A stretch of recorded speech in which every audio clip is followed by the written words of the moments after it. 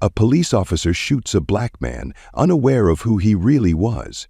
This truth will turn things around, and the consequences will be unexpected. Watch to the end, subscribe, share this video, and write where you are watching this from. The town of Dorset looked as if it had been plucked straight out of a postcard from decades past. Narrow roads twisted through aging neighborhoods, the sidewalks lined with uneven cracks, and dandelions sprouting through every crevice. A single stoplight marked the center of town, its red blinking light casting a rhythm over an otherwise sleepy square. The air smelled faintly of motor oil and pine wood smoke, mingling in a way that was oddly comforting, though to James Carter it was anything but. James sat in the driver's seat of his rusty green pickup truck, the engine rumbling beneath him like an old man grumbling in his sleep. The windshield wipers screeched as they cleared away a thin layer of dust that had settled during the drive. It was late afternoon, and the sun hung low on the horizon, bathing everything in the pale amber hue. He squinted at the barely legible sign announcing, "Welcome to Dorset, population 1587. Beneath it, a smaller sign read, "Proudly serving our community since 1894. "This place is a ghost town," James muttered to himself. He rolled his shoulders to ease the tension building there and glanced at the file resting on the passenger seat. It contained every detail of his mission, a mission that had brought him here to this unassuming, isolated town. James Carter was not who he seemed. Officially, he was a down-on-his-luck mechanic from Baton Rouge, a man looking to start over after losing his garage to bad debts. Unofficially, he was an agent of the Central Intelligence Agency, sent to infiltrate a local extremist group suspected of plotting a large-scale terrorist attack.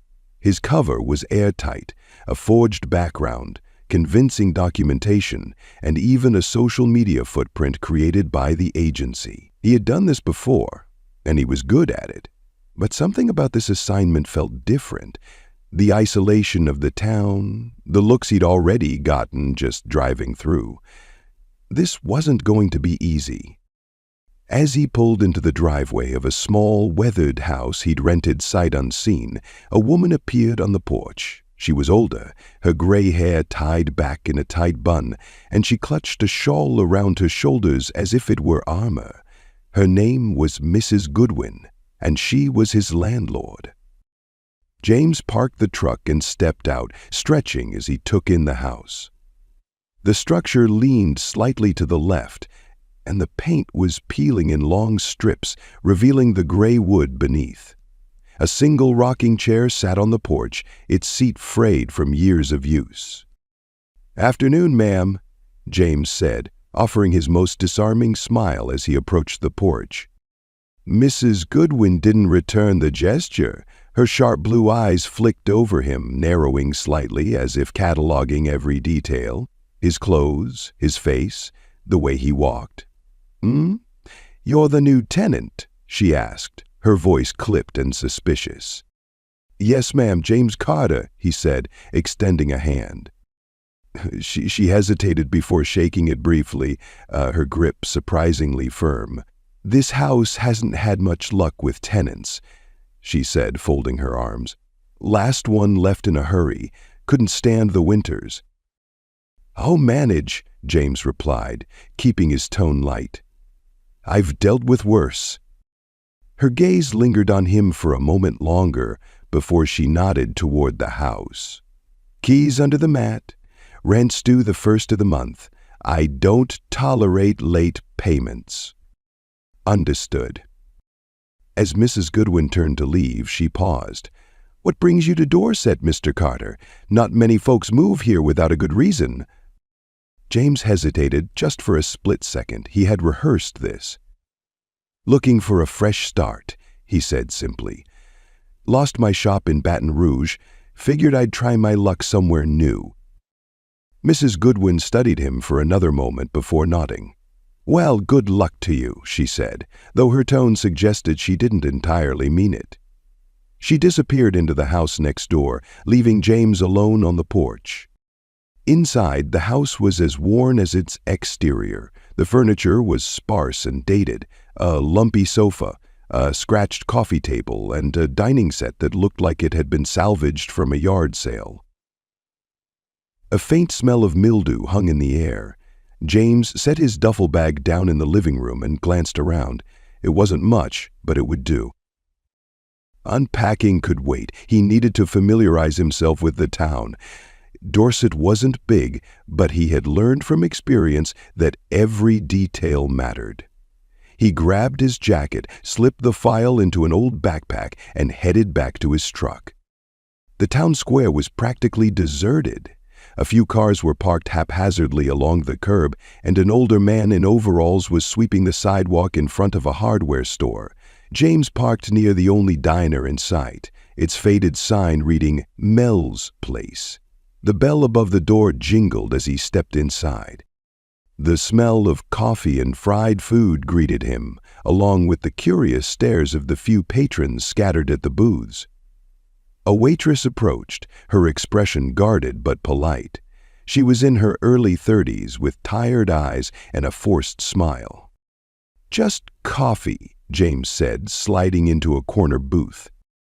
As he waited, he pulled out his file, pretending to jot notes in a small notebook. He needed to map out key locations: the garage, the bar where members of the group were known to gather, and the motel where some out-of-towners stayed. "Don't see many new faces round here," the waitress said as she set the coffee in front of him.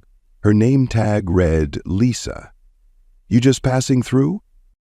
"No, ma'am," James replied. "I'm here for work, mechanic, starting at Langley's garage tomorrow." Lisa's eyes flickered with recognition at the name, and something like unease crossed her face. "Langley, huh? Guess you're not afraid of a little trouble." "What's that?" James asked, though he already knew the answer. She hesitated. "Let's just say he doesn't hire folks for their resumes." Before James could press further, the door to the diner swung open and a tall, broad-shouldered man in a police uniform stepped in. His gaze swept the room before landing on James, narrowing slightly. The badge on his chest read Officer J. Randall. "Well, well," Randall drawled as he approached the booth. "Who's this?" James set his coffee down and met Randall's gaze evenly. "James Carter, just moved in." Randall didn't offer his hand. Instead, he crossed his arms and smirked. "We don't get many strangers in Dorset. You here to stir up trouble?" "No trouble," James replied calmly. "Just work." Randall stared at him for a moment longer, then leaned in slightly. I'll be keeping an eye on you." "Appreciate that," James said evenly. Randall's smirk faltered, and with a sharp turn, he left the diner. James watched him go, his jaw tightening. This was going to be more complicated than he thought. As James left the diner, the sun dipped below the horizon, casting the town in shadow. The file in his backpack suddenly felt heavier.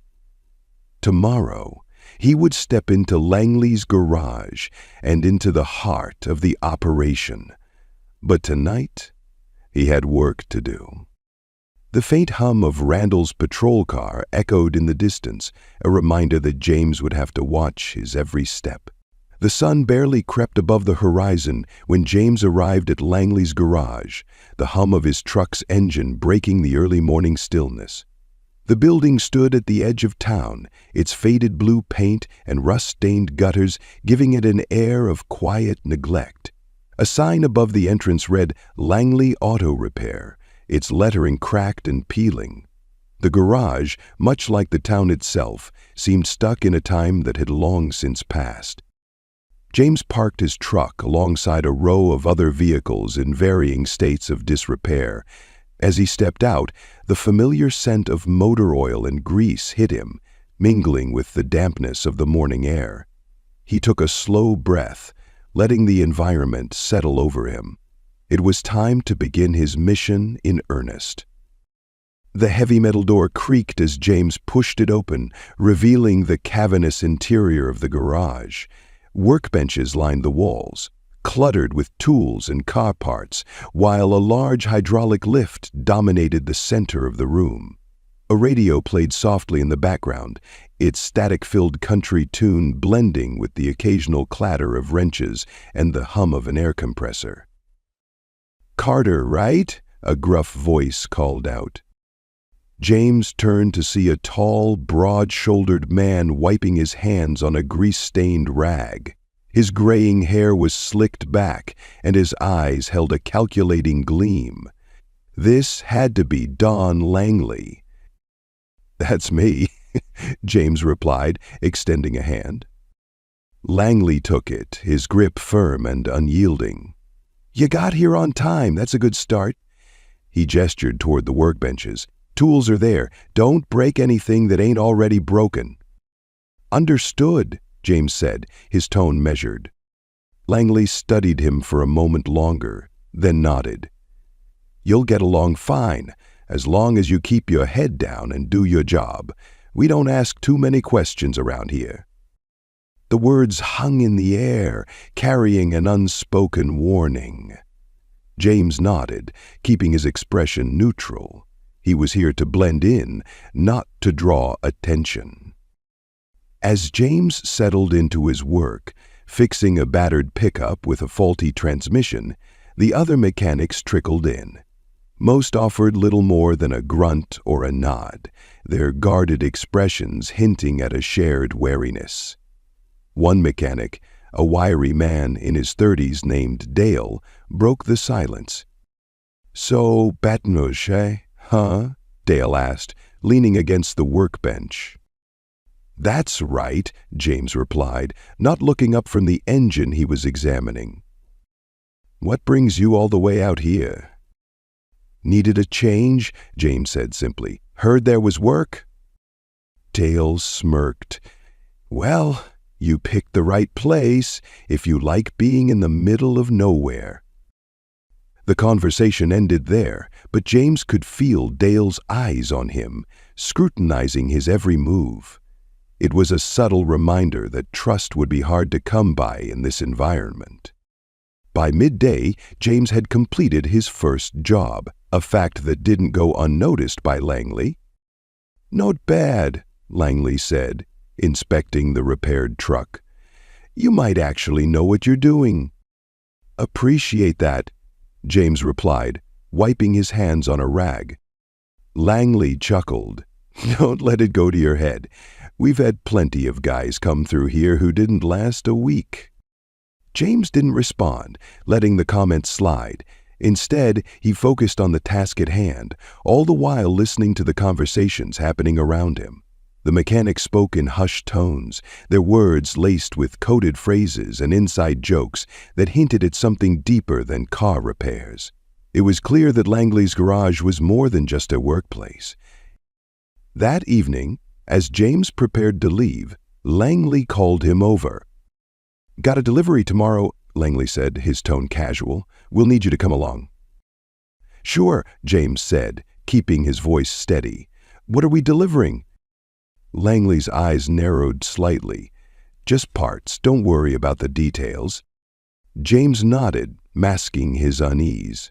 This could be the break he needed to gain deeper access to the operation, but it also meant stepping further into dangerous territory. The next day, James arrived at the garage early, finding Langley and Dale loading crates into the back of a nondescript van. The crates were unmarked, their contents hidden from view. "Grab the last one," Langley said, motioning toward a crate near the workbench. James obeyed, noting the weight of the crate as he lifted it. Whatever was inside, it wasn't car parts. The drive was uneventful at first, the van winding through back roads surrounded by dense woods. Langley and Dale made small talk, their conversation peppered with veiled references that James mentally catalogued. Eventually, they pulled up to an abandoned warehouse on the outskirts of town. Inside, a group of men waited, their expressions hard and unwelcoming. James recognized a few from the garage, but the others were strangers. Langley exchanged brief words with one of them, a burly man with a shaved head, before motioning for James to unload the crates. As James worked, he listened closely to the conversation between Langley and the man, catching snippets about timing and the bridge. His suspicions were confirmed. The group was planning something big, and the bridge was central to their plans. That evening, back at his rented house, James sat at the small kitchen table, reviewing the notes he had taken. The pieces of the puzzle were starting to come together, but there were still gaps. He needed more information, and to get it, he would have to earn Langley's trust. A knock at the door interrupted his thoughts. When he opened it, he found Lisa, the waitress from the diner, standing on the porch. "Hope I'm not bothering you," she said, holding up a plate of cookies. "Figured you could use a proper welcome." James hesitated, then stepped aside. "Come on in." As they talked, Lisa revealed more about the town's dynamics. She spoke of Langley's reputation as a man who did what needed to be done, and of Randall's overbearing presence as the town's self-appointed enforcer. James listened carefully, piecing together the connections between the two. Later that night, as James lay in bed, he couldn't shake the feeling that he was being watched. He got up and peered out the window, his eyes scanning the shadows. In the distance, the faint glow of headlights illuminated the street for a moment before disappearing. Randall was keeping an eye on him. The sharp, metallic clink of the garage door sliding shut echoed through the quiet evening air. James wiped his hands on a grease-stained rag, his shoulders heavy with the weight of the day. The tension between his cover and his true mission was beginning to take its toll.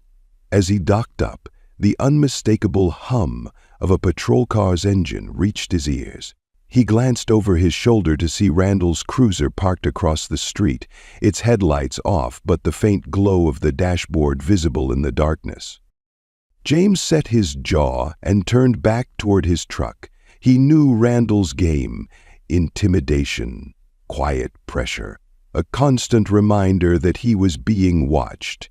It wasn't subtle, but it was effective. James climbed into his truck, started the engine, and drove off, careful to maintain the speed limit as the patrol car pulled out behind him. Randall didn't flash his lights or try to stop him this time, but the presence alone was enough to rattle the few remaining nerves James had left after the day's events. The next morning at the garage, James arrived early, as usual. Langley was already there, leaning against the workbench with a cup of coffee in hand. His expression was unreadable, but there was a flicker of approval in his eyes as James walked in. "You're consistent, I'll give you that," Langley said, gesturing toward the coffee pot in the corner. "Help yourself." James poured himself a cup, the bitter aroma cutting through the early morning chill. He sipped in silence, watching as Langley flipped through a clipboard of invoices. The older man's demeanor was calm, almost casual, but James knew better. Every move Langley made was calculated. "I heard Randall's been sniffing around," Langley said without looking up. James's grip on the coffee cup tightened, but he kept his voice even. "Seems like he's got a lot of free time." Langley chuckled. "That's Randall for you. Likes to think he runs this town. You don't need to worry about him, though. He barks more than he bites." James nodded, but the comment did little to ease his unease. Randall's bark was bad enough, but James knew the man was capable of much worse. By midday, the garage was bustling with activity. Cars rolled in and out, and the mechanics worked in relative silence, their conversations limited to the occasional grunt or instruction. James used the time to observe, cataloging the routines and behaviors of the others. Dale, as always, was chatty, his curiosity about James thinly veiled. "You ever think about heading back to Baton Rouge?" Dale asked as they worked side by side on a sedan with a stubborn alternator. "Not really," James replied, keeping his focus on the engine. "Nothing left for me there." Dale nodded thoughtfully. "I get that. Sometimes it's easier to just start over somewhere new." James glanced at him, noting the hint of regret in Dale's voice. It was a small crack in the man's otherwise carefree exterior, a glimpse of something deeper. James filed it away for later. The tension in the garage thickened when a familiar face walked in. It was the burly man from the warehouse delivery, his presence commanding attention as he strode across the room. Langley greeted him with a firm handshake, their exchange quiet but intense. James kept his distance, pretending to focus on his work, while straining to catch snippets of their conversation. "Everything on schedule?" the man asked, his voice low. Langley nodded. "No hiccups, just a matter of timing now." The man glanced around the garage, his gaze lingering on James for a moment before returning to Langley. "Make sure it stays that way." James felt the weight of the man's scrutiny even after he left. Langley's expression darkened as he turned back to the workbench, his usual calm replaced by something colder. That evening, James decided to stop by Mel's place for dinner.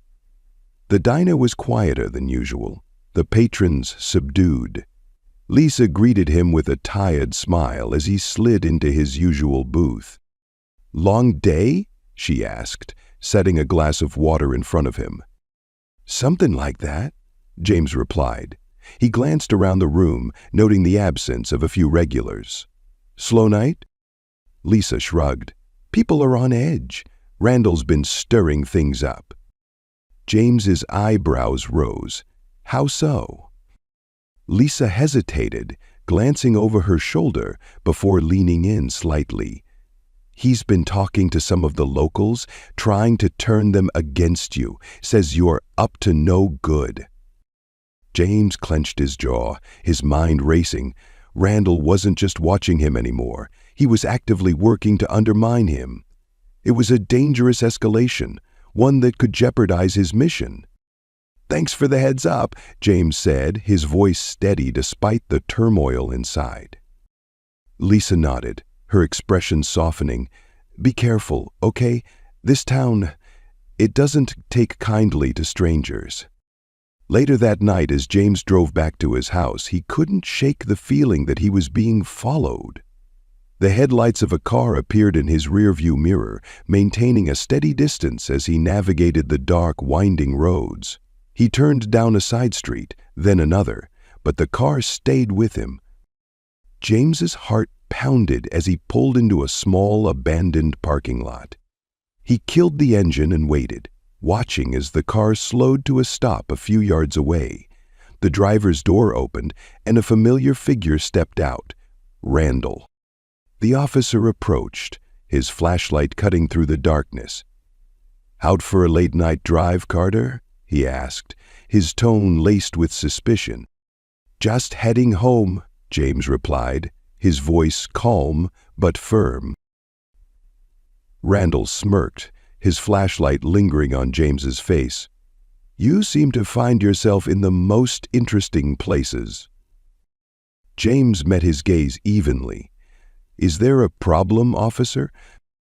Randall leaned in slightly, the smirk fading. "Not yet, but I'll be watching."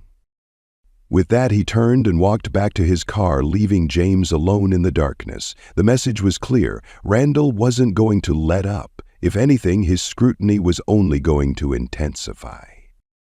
The following day at the garage, Langley pulled James aside. "We've got another delivery coming up," he said, his tone brusque. "I need you on this one." James nodded, masking his unease. The last delivery had been tense enough, but he knew he couldn't refuse without raising suspicion. This time, the route took them even further out of town, the van winding through desolate back roads that seemed to stretch endlessly into the horizon. The tension inside the vehicle was palpable, Langley's silence a stark contrast to Dale's usual chatter. When they arrived at their destination, a remote cabin deep in the woods, James felt the weight of the situation settle over him. This wasn't just another delivery. This was something bigger, something far more dangerous. As they unloaded the crates, James caught a glimpse of their contents. Explosives. His stomach twisted, but he kept his expression neutral. He couldn't afford to slip now. That night, as James sat at his kitchen table, his notes spread out before him, he realized just how precarious his position had become. The extremists were closer to executing their plan. Randall was breathing down his neck, and the town itself seemed to be closing in around him. But James had faced worse odds before. He wasn't going to back down, not now, not when so much was at stake. The woods were darker than James expected. The narrow dirt road stretched endlessly, flanked by towering trees whose branches intertwined to form a near impenetrable canopy above. He gripped the steering wheel tightly, his shoulders tense as he navigated the winding path. The lingering image of the explosives he had seen earlier haunted him. His mission had suddenly taken a far more urgent tone. He wasn't just gathering intelligence anymore. He was running out of time to stop whatever Langley and his group were planning. The events of the past few days played through his mind. Langley's cryptic remarks, the veiled threats from Randall, and the unease that hung in the air like a storm cloud. He knew he was being watched, but he couldn't afford to make a mistake now. Every move had to be calculated, every decision precise. The stakes were higher than ever. The next morning, James arrived at the garage earlier than usual. The air was crisp and cold, the kind that made every breath visible. Langley was already there, his sharp eyes scanning a clipboard as he leaned against a truck. He barely acknowledged James's arrival, nodding in his direction before going back to his notes. "Busy day today," Langley said after a moment, his tone casual. "Got a few jobs lined up. You ready?" "Always," James replied, keeping his voice even. Langley smirked, but there was no warmth in it. "Good. Let's get to work." As the day wore on, the tension in the garage became almost palpable. The mechanics moved with an urgency that wasn't typical, their conversations hushed and their glances furtive. James focused on his work, repairing a sedan with a broken axle, but his mind was elsewhere. He needed to gather more information about the explosives he'd seen during the last delivery. Langley's operation was accelerating, and James suspected the target was closer than anyone realized. During lunch, Dale approached him, a can of soda in hand. He leaned against the workbench, his expression curious. "You've been fitting in pretty well," Dale said, popping the tab on the can. "Most new guys don't last this long." James shrugged, wiping his hands on a rag. "Guess I'm just good at what I do." Dale chuckled. "Yeah, maybe. Or maybe you're just good at keeping your head down." James looked at him, his expression unreadable. "Isn't that the point?" Dale nodded, his gaze lingering on James for a moment longer than necessary. "Just remember, Langley doesn't take kindly to people asking too many questions. Best to stay in your lane." The warning was clear, but James had no intention of staying in any lane Langley had drawn. He nodded in response, playing the part of the obedient employee, but inside, his resolve hardened. Oh. That evening, James decided to visit Mel's place again. The diner was quieter than usual, the air heavy with an unspoken tension. Lisa greeted him with a tired smile as he slid into his usual booth. "Rough day?" she asked, setting a cup of coffee in front of him. "Something like that," James replied, taking a sip. The coffee was bitter, but he welcomed the jolt of energy it provided. He needed to stay sharp. Lisa lingered for a moment, her expression hesitant. "You hear about what happened last night?" James's heart skipped a beat. "No. What happened?" "Someone broke into one of the storage units out by the old mill," she said, her voice low. "They didn't take anything, but it was... James's mind raced. He hadn't heard anything about a break-in, but the storage units were close to where Langley had taken the explosives. Was someone else poking around? Or was it a warning from Langley's group, a message to anyone who might be getting too curious? "Strange," James said, keeping his tone neutral. What'd the cops say?" Lisa snorted. "Randall's convinced it was kids messing around. He's not exactly the type to dig deeper." James nodded, filing the information away for later. He had a feeling this incident was connected to Langley's operation, and he couldn't afford to ignore it. As James left the diner, the chill of the night air bit at his skin. He pulled his jacket tighter around him, his mind racing with possibilities. The sound of approaching footsteps pulled him from his thoughts. He turned to see Randall walking toward him, his expression smug. "Evening, Carter," Randall said, his tone dripping with condescension. "Out late again?" "Just grabbing dinner," James replied, keeping his voice steady. Randall smirked, his eyes glinting in the dim light. "You've been busy lately. Getting to know Langley and his crew pretty well, huh?" James met Randall's gaze, refusing to flinch. "I work with them, that's it." "Sure," Randall said, drawing out the word. "But just remember, this town's got a way of chewing up outsiders. Don't overstay your welcome." James said nothing, watching as Randall walked away. The message was clear. Randall was onto him, or at least suspected enough to keep the pressure on. James clenched his fists, his mind racing. He couldn't let Randall derail his mission, not now. The following day, Langley called James into his office. The small room was cluttered with papers and tools, the air thick with the smell of motor oil. "Got another delivery coming up," Langley said, leaning back in his chair. "This one's big. Need you to be on point." James nodded, masking the unease that settled in his chest. "What's the plan?" Langley smirked. "You'll find out soon enough. Just be ready." The delivery was scheduled for that night, and as the sun dipped below the horizon, James found himself back on the same dirt road, the van's headlights cutting through the darkness. Langley drove in silence, his hands steady on the wheel. Dale sat in the back, his usual chatter replaced by a tense quiet. When they arrived at the cabin, the same group of men from before was waiting. This time, the atmosphere was even heavier.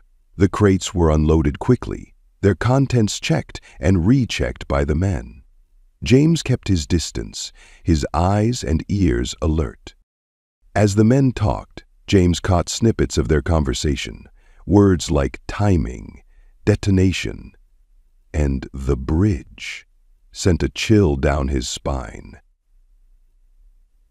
The target wasn't just a bridge, it was a vital connection between two major cities, a piece of infrastructure that, if destroyed, would cause chaos. James's heart pounded as he pieced together the plan. Langley's group wasn't just a local gang. They were part of something much larger, something far more dangerous than he had anticipated. Later that night, back at his rented house, James sat at his kitchen table, his notes spread out before him. His mind raced as he connected the dots, the weight of the mission pressing down on him. The pieces were falling into place, but he was running out of time. The sound of a car pulling up outside jolted him from his thoughts. He moved to the window, peering out into the darkness. A patrol car sat idling at the curb, its lights off. James's stomach tightened. Randall wasn't going to let up. James stepped back from the window, his mind working overtime. He had to stay one step ahead, not just of Langley and his group, but of Randall as well. The stakes were higher than ever, and failure wasn't an option. The glow of the patrol car's headlights lingered in James's mind long after it disappeared into the night. Randall wasn't just watching anymore. He was circling closer, like a predator testing its prey. Every move James made now felt like a balancing act on a razor's edge. Between the escalating tension with Langley's group and Randall's mounting suspicion, there was no room for error.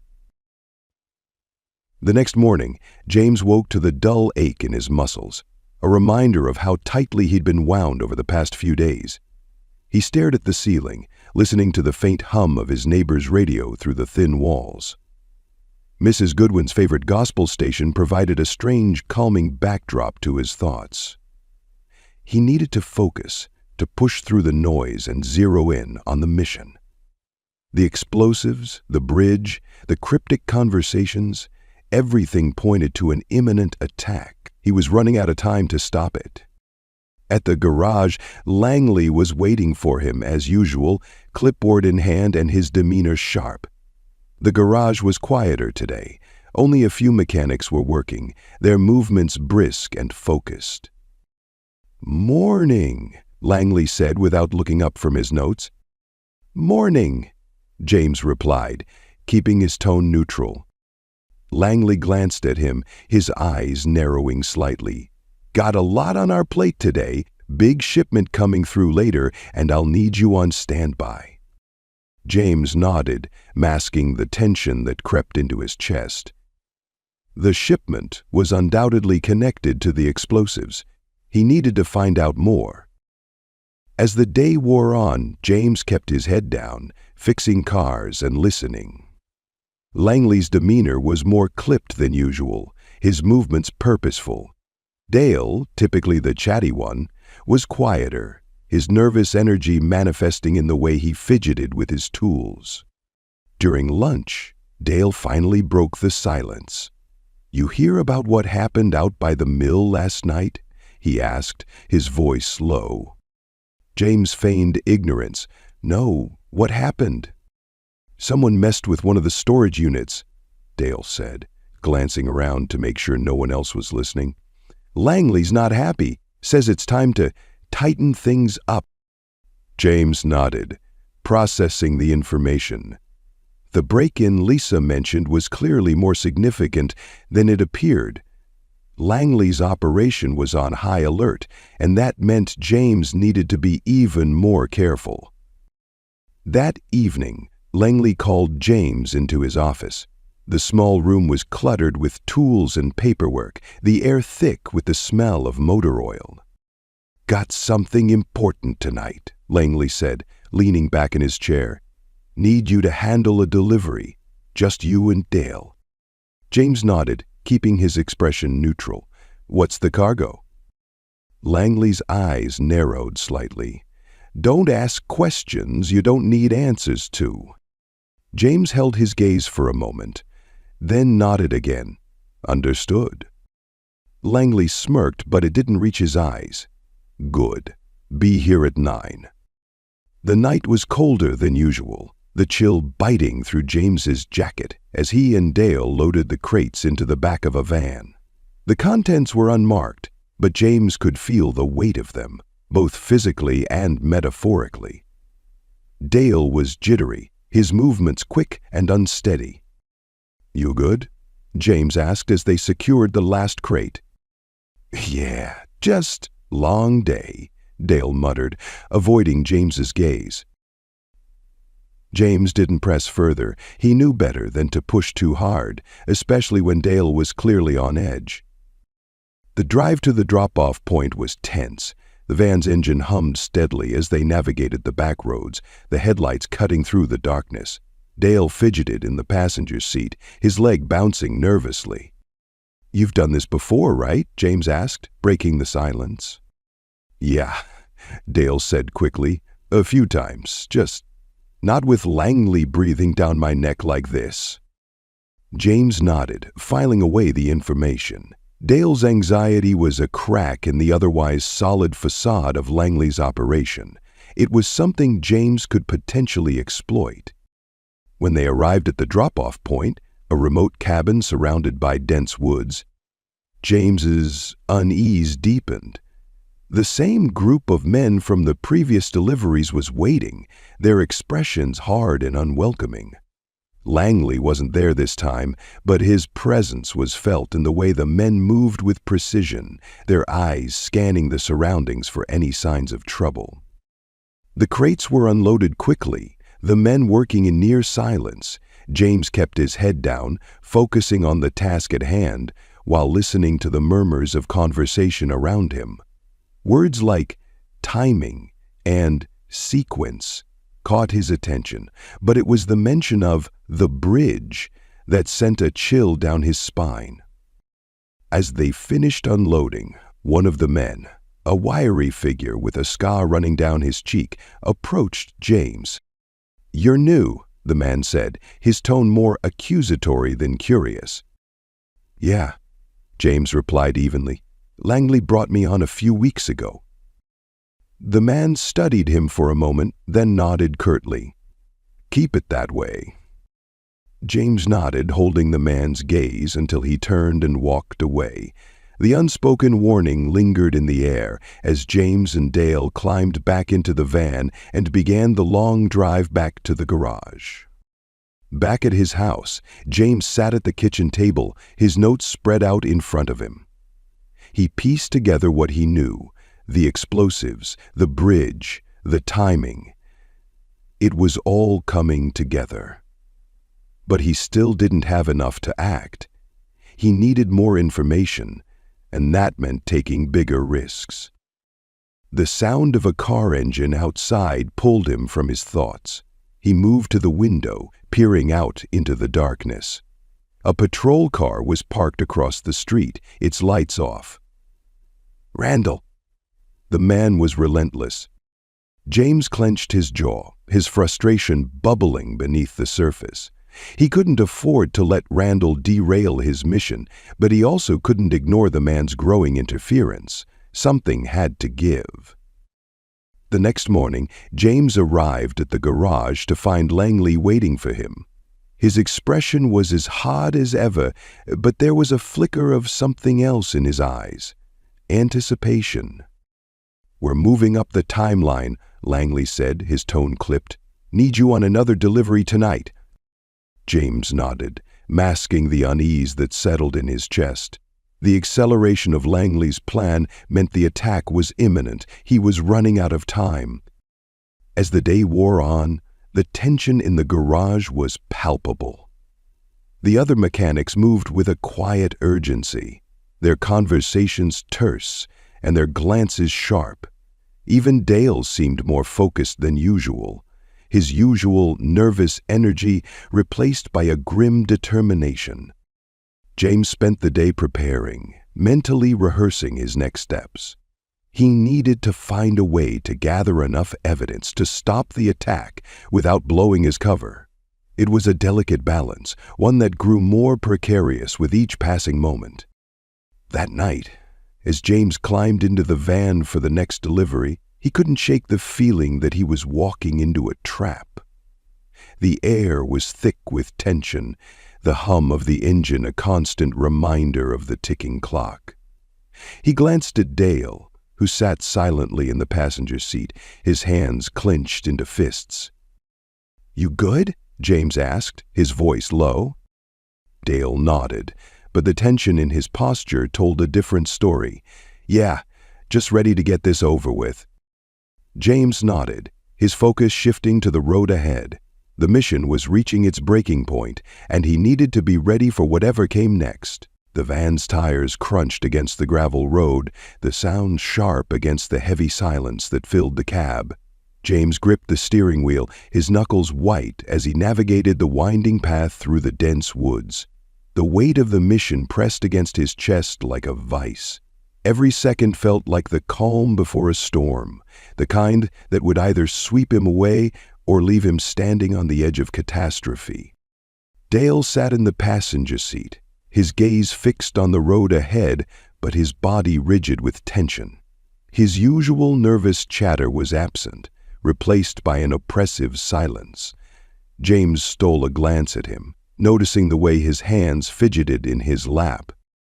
"You're quiet tonight," James said, his tone light but probing.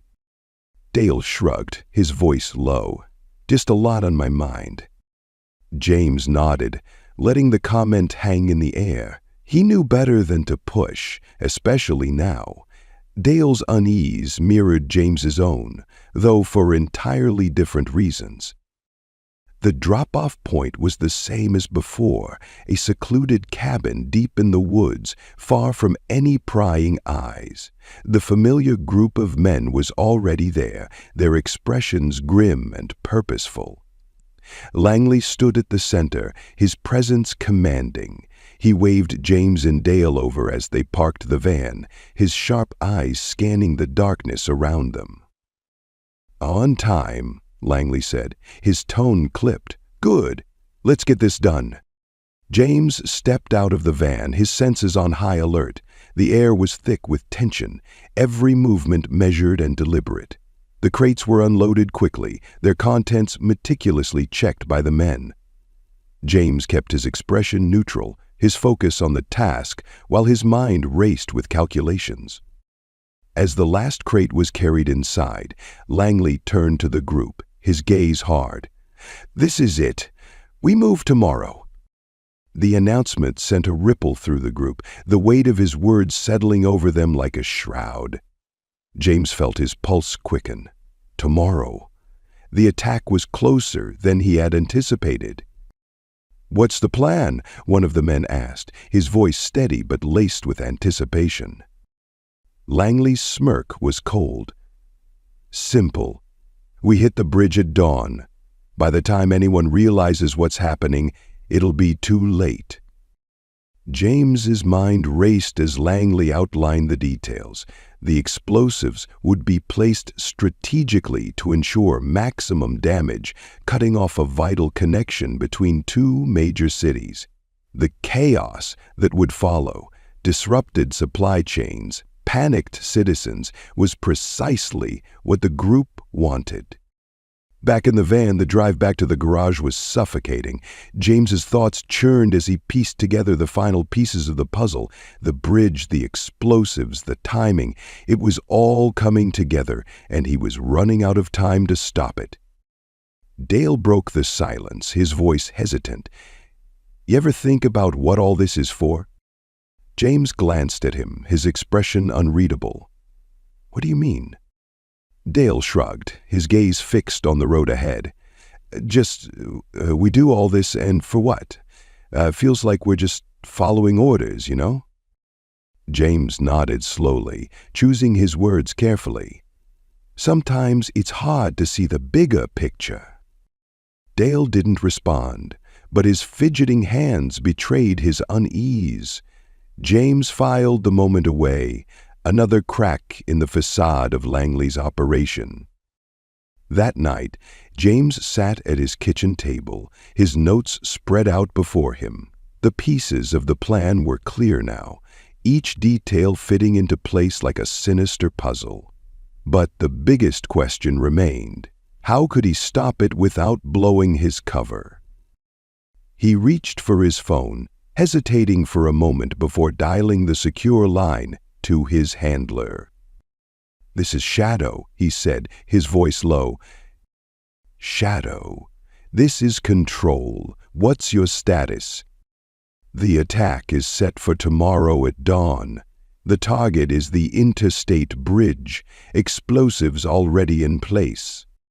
There was a pause on the other end, the weight of his words sinking in. "Understood. We'll deploy a response team. Do you have an exit plan?" James glanced out the window, the faint glow of Randall's patrol car visible in the distance. "Not yet." Make it a priority. You've done your part, Shadow. Let the team handle the rest. James ended the call, his jaw tight. He trusted his team, but something about Langley's group felt different. They were too prepared, too meticulous. He couldn't shake the feeling that something else was in play. At the break of dawn, James found himself back at the garage. Langley was already there, his demeanor sharp and focused. The other mechanics were unusually quiet, their movements brisk and deliberate. "We're leaving in 10, Langley said, his voice cutting through the air. "Dale, Carter, you're with me." James nodded, falling into step as the group prepared to move. The van was loaded with the remaining supplies, the atmosphere charged with anticipation. Langley's eyes flicked to James as they climbed into the vehicle, his expression unreadable. The drive to the bridge was tense, the van's engine humming steadily as it cut through the quiet morning. The sun was just beginning to rise, casting a pale orange glow over the landscape. James's mind raced as he calculated his next move. The response team would be in place, but the timing had to be perfect. One wrong step and the entire operation could fall apart. When they reached the bridge, Langley's group moved with precision. The explosives were positioned methodically, each placement calculated for maximum impact. James followed their lead, his every movement deliberate as he worked to blend in. He stole glances at the charges, memorizing their locations for the response team. As the final charge was secured, Langley stepped back, his gaze sweeping over the bridge. "Beautiful, isn't it?" he said, his tone almost reverent.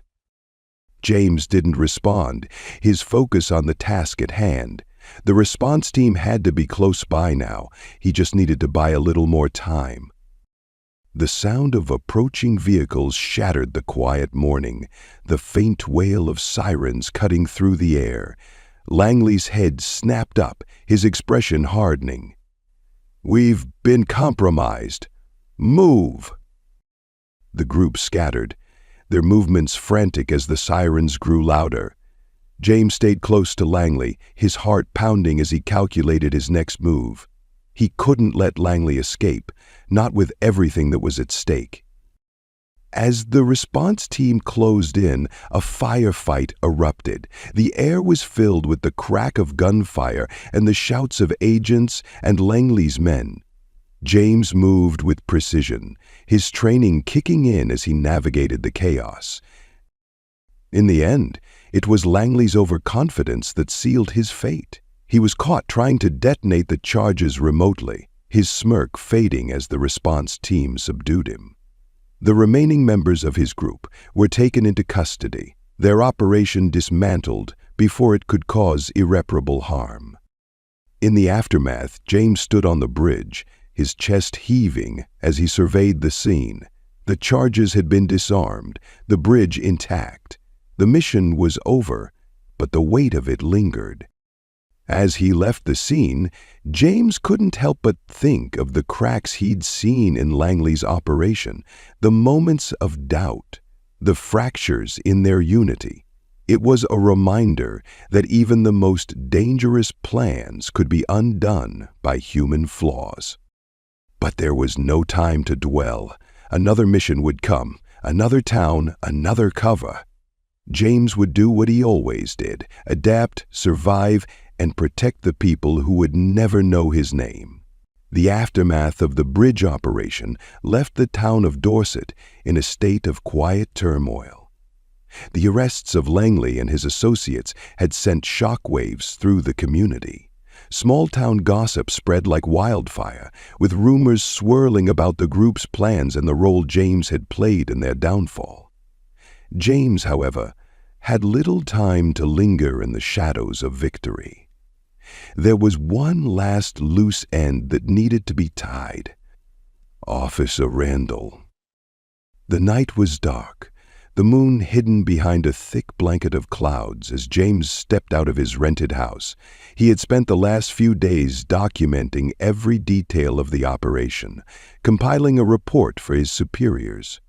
The mission was complete, but Randall's unrelenting suspicion and his unprovoked attack on James still loomed large.